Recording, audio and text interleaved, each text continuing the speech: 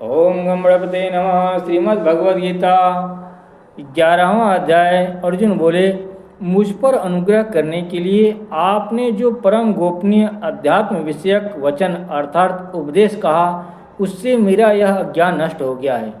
क्योंकि हे कमल नेत्र, मैंने आपसे भूतों की उत्पत्ति और प्रलय विस्तार पूर्वक सुने हैं तथा आपकी अविनाशी महिमा भी सुनी है।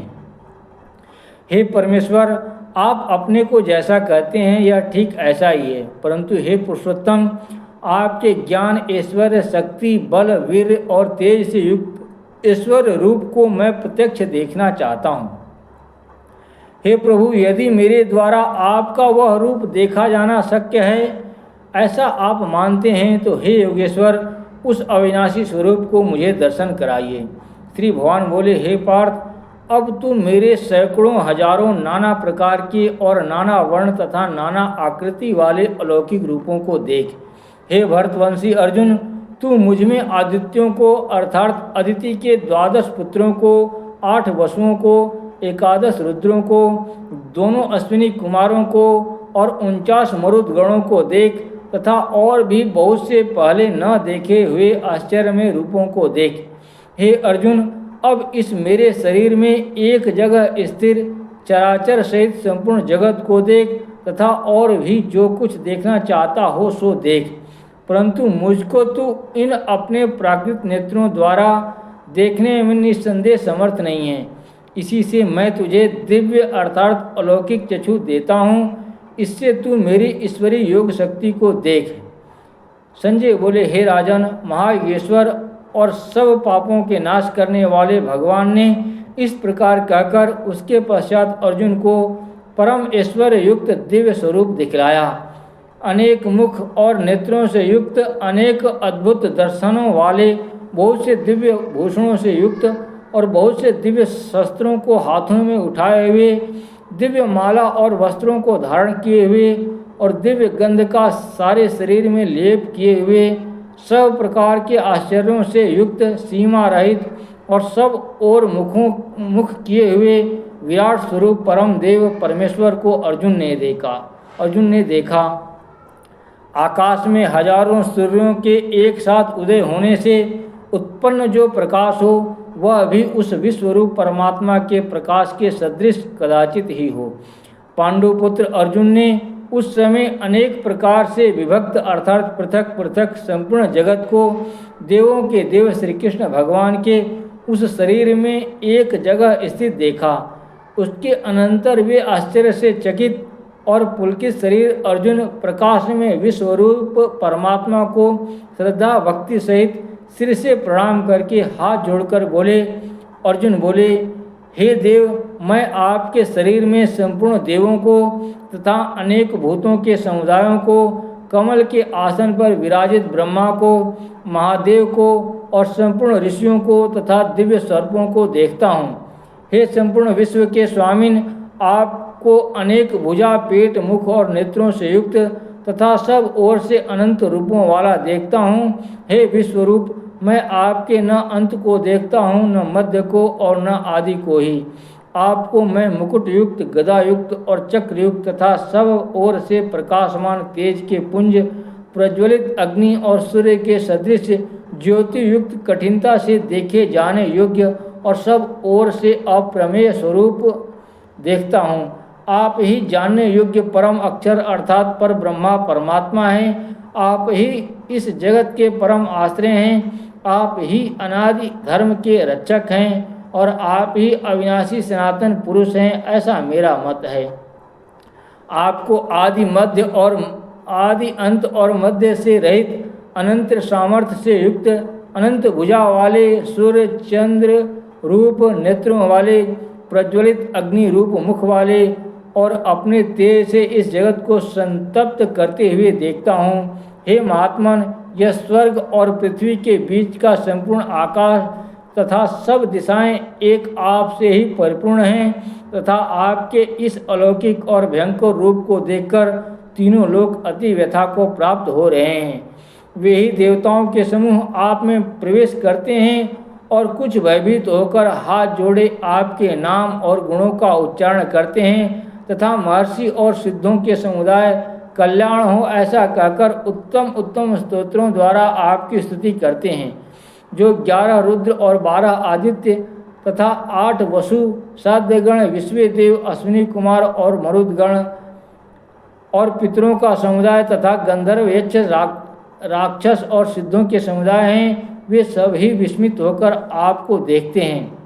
हे महाबाहो, आपके बहुत मुख और नेत्रों वाले, बहुत हाथ, जंघा तथा पैरों वाले, बहुत उदरों वाले और बहुत सी दाढ़ों के कारण अत्यंत विकराल महान रूप को देखकर सब लोग व्याकुल हो रहे हैं तथा मैं भी व्याकुल हो रहा हूँ, क्योंकि हे विष्णु, आकाश को स्पर्श करने वाले, दीप्यमान, अनेक वर्णों से युक्त तथा फैलाए हुए मुख और प्रकाशमान विशाल नेत्रों से युक्त आपको देखकर भयभीत अंतःकरण वाला मैं धीरज और शांति नहीं पाता हूँ।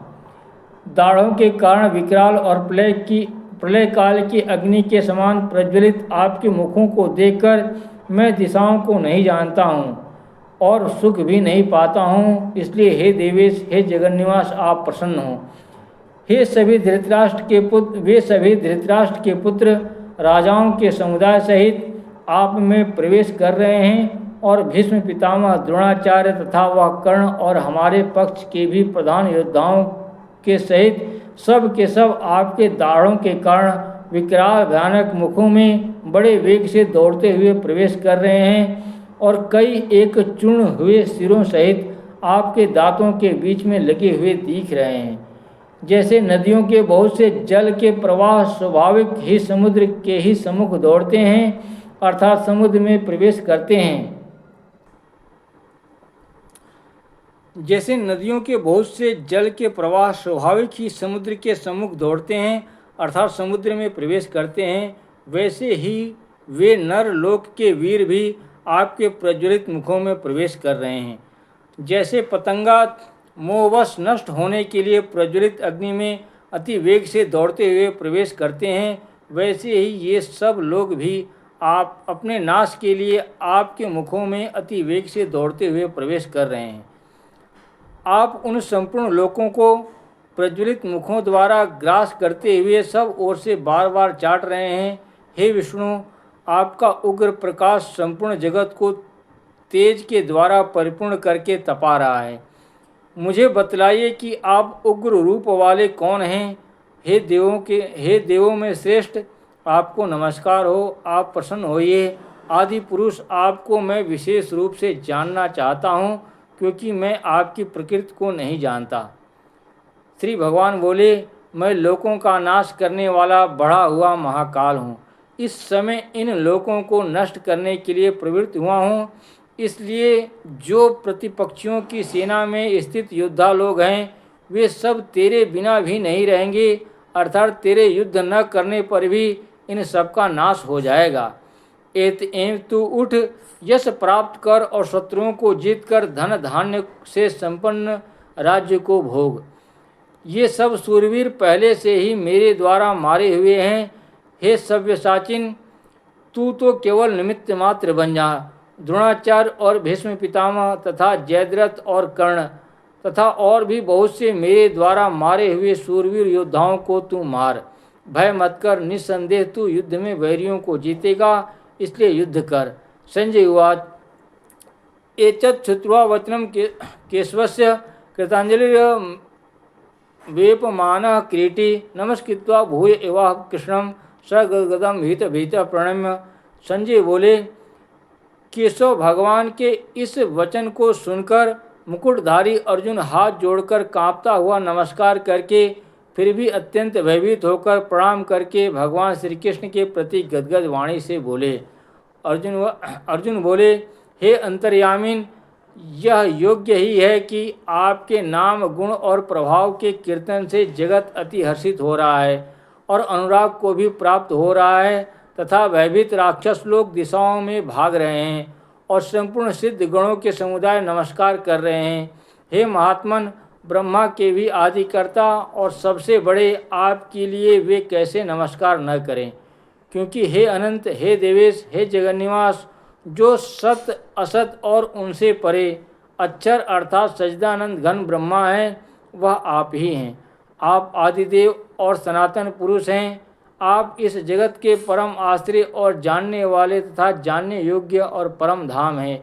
हे अनंत रूप, आपसे यह सब जगत व्याप्त परिपूर्ण अथवा परिपूर्ण है। आप वायु, यमराज, अग्नि, वरुण, चंद्रमा, प्रजा के स्वामी, ब्रह्मा और ब्रह्मा के भी पिता हैं।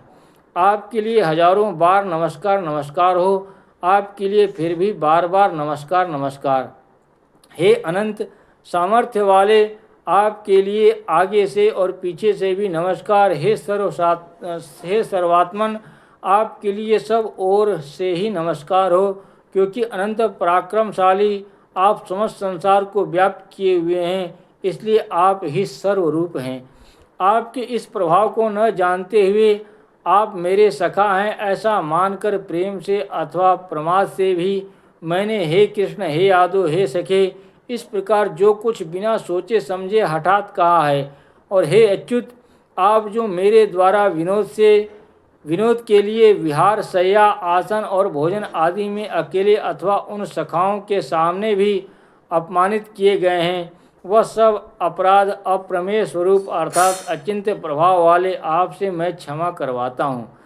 आप इस चराचर जगत के पिता और सबसे बड़े गुरु एवं अति पूजनीय हैं। हे अनुपम प्रभाव वाले, तीनों लोकों में आपके समान भी दूसरा कोई नहीं है, फिर अधिक तो कैसे हो सकता है। कहते हैं, हे प्रभु, मैं शरीर को भली भांति चरणों में निवेदित कर प्रणाम करके स्तुति करने योग्य आप ईश्वर को प्रसन्न होने के लिए प्रार्थना करता हूँ। हे देव, पिता जैसे पुत्र के, सखा जैसे सखा के और पति जैसे प्रियतमा पत्नी के अपराध सहन करते हैं, वैसे ही आप भी मेरे अपराध को सहन करने योग्य हैं। मैं पहले न देखे हुए आपके इस आश्चर्यमय रूप को देखकर हर्षित हो रहा हूँ और मेरा मन भय से अति व्याकुल भी हो रहा है। इसलिए आप उस अपने चतुर्भुज विष्णु रूप को ही मुझे दिखलाइए। हे देवेश, हे जगन्निवास, प्रसन्न होइए। मैं वैसे ही आपको मुकुट धारण किए हुए तथा गदा और चक्र हाथ में लिए हुए देखना चाहता हूँ। इसलिए हे विश्वस्वरूप, हे सहस्त्रबाहो, आप उसी चतुर्भुज से रूप से प्रकट होइए।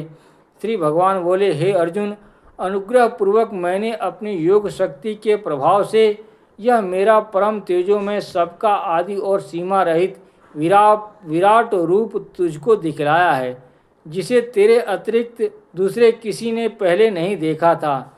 हे अर्जुन, मनुष्य लोक में इस प्रकार विश्व रूप वाला मैं न वेद और यज्ञों के अध्ययन से, न दान से, न क्रियाओं से और न उग्र तपों से ही तेरे अतिरिक्त दूसरों के द्वारा देखा जा सकता हूँ। मेरे इस प्रकार के इस विकराल रूप को देखकर तुझको व्याकुलता नहीं होनी चाहिए और मूढ़ भाव भी नहीं होना चाहिए। तू भय रहित और प्रीतियुक्त मन वाला होकर उसी मेरे इस शंख चक्र गदा पद्म युक्त चतुर्भुज रूप को फिर देख। संजय बोले, वासुदेव भगवान ने अर्जुन के प्रति इस प्रकार कहकर फिर वैसे ही अपने चतुर्भुज रूप को दिखलाया और फिर महात्मा श्री कृष्ण ने सौम्य मूर्ति होकर इस भयभीत अर्जुन को धीरज दिया। अर्जुन बोले, हे जनार्दन, आपके इस अति शांत मनुष्य रूप को देखकर अब मैं स्थिर चित्त हो गया हूँ और अपनी स्वाभाविक स्थिति को प्राप्त हो गया हूँ। श्री भगवान बोले, मेरा जो चतुर्भुज रूप तुमने देखा है यह सुदूरदर्श है, अर्थात इसके दर्शन बड़े ही दुर्लभ हैं। देवता भी सदा इस रूप के दर्शन की आकांक्षा करते रहते हैं। जिस प्रकार तुमने मुझको देखा है, इस प्रकार चतुर्भुज रूप वाला मैं न वेदों से, न तप से, न दान से और न यज्ञ से ही देखा जा सकता हूँ। परंतु हे परम तप अर्जुन, अनन्य भक्ति के द्वारा इस प्रकार चतुर्भुज रूप वाला मैं प्रत्यक्ष देखने के लिए, तत्व से जानने के लिए तथा प्रवेश करने के लिए अर्थात एक ही भाव से प्राप्त होने के लिए भी शक्य हूँ। हे अर्जुन, जो पुरुष केवल मेरे ही लिए संपूर्ण कर्तव्य कर्मों को करने वाला है, मेरे परायण है, मेरा भक्त है, आसक्ति रहित है और संपूर्ण भूत प्राणियों में वैर भाव से रहित है, वह अनन्य भक्ति युक्त पुरुष मुझको ही प्राप्त होता है ओम तत्सदिति श्रीमद्भगवद्गीता सुपनिषत्सु ब्रह्मा विद्यायां योगशास्त्रे श्रीकृष्णार्जुन संवादे विश्वरूप दर्शन योगो नामैकादशो अध्याय। ओम नमः शिवाय। जय मां राधा, जय मां राधा, जय मां राधा, जय मां राधा।